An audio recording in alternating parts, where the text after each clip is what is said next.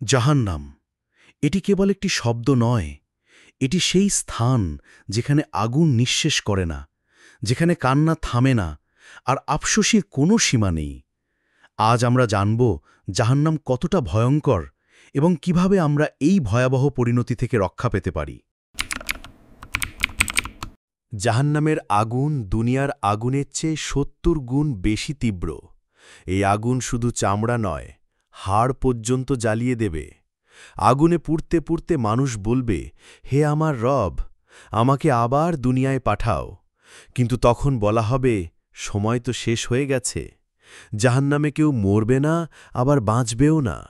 যখন তাদের চামড়া আগুনে পুড়ে যাবে, তখন নতুন চামড়া দেওয়া হবে, যাতে তারা শাস্তির স্বাদ বারবার পেতে পারে। জাহান্নামীদের খাদ্য হবে জাক্কুম গাছ, যা কাঁটাময় ও তিক্ত। এটি গলার মধ্যে আটকে যাবে এবং তাদের পেটে ফুটন্ত পানির মতো গলিত ধাতু ঢেলে দেওয়া হবে, যা তাদের নাড়ি ভুঁড়ি ছিন্ন ভিন্ন করে দেবে।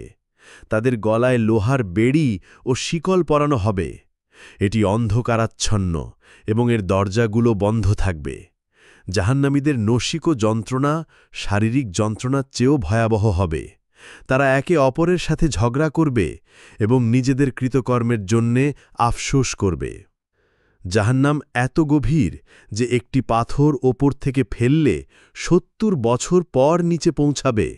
জাহান্নামের ৭টি স্তর রয়েছে, যার প্রত্যেকটি পূর্বেরটির চেয়ে অধিক ভয়াবহ। এই স্তরগুলো পাপের মাত্রা অনুযায়ী নির্ধারিত হবে। মুনাফিকদের জন্য সর্বনিম্ন স্তর নির্ধারিত। জাহান্নামের আগুন থেকে রক্ষা পাবার সবচেয়ে বড় শর্ত হল শিরক থেকে মুক্ত থাকা, অর্থাৎ আল্লাহর সাথে কাউকে শরিক না করা। এটি এমন একটি পাপ যা কখনো ক্ষমা হয় না। তারপর আসে তাওহীদের শিক্ষা, শুধুমাত্র আল্লাহরই ইবাদত করা এবং তার ওপর পূর্ণ আস্থা রাখা।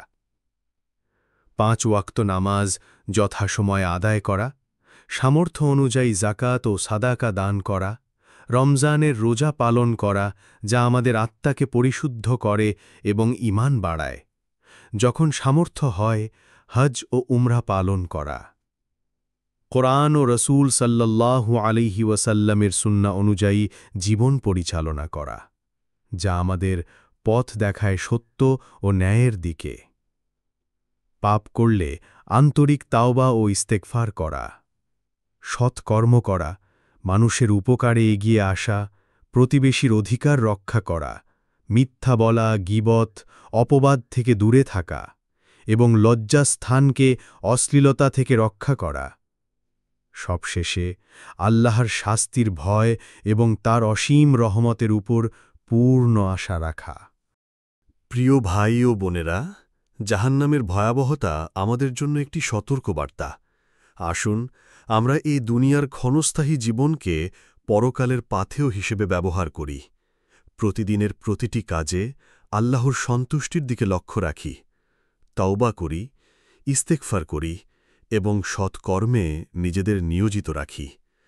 আল্লাহ যেন আমাদের সবাইকে জাহান্নামের আগুন থেকে রক্ষা করেন এবং জান্নাতুল ফিরদাউসের অধিকারী করেন। আমিন।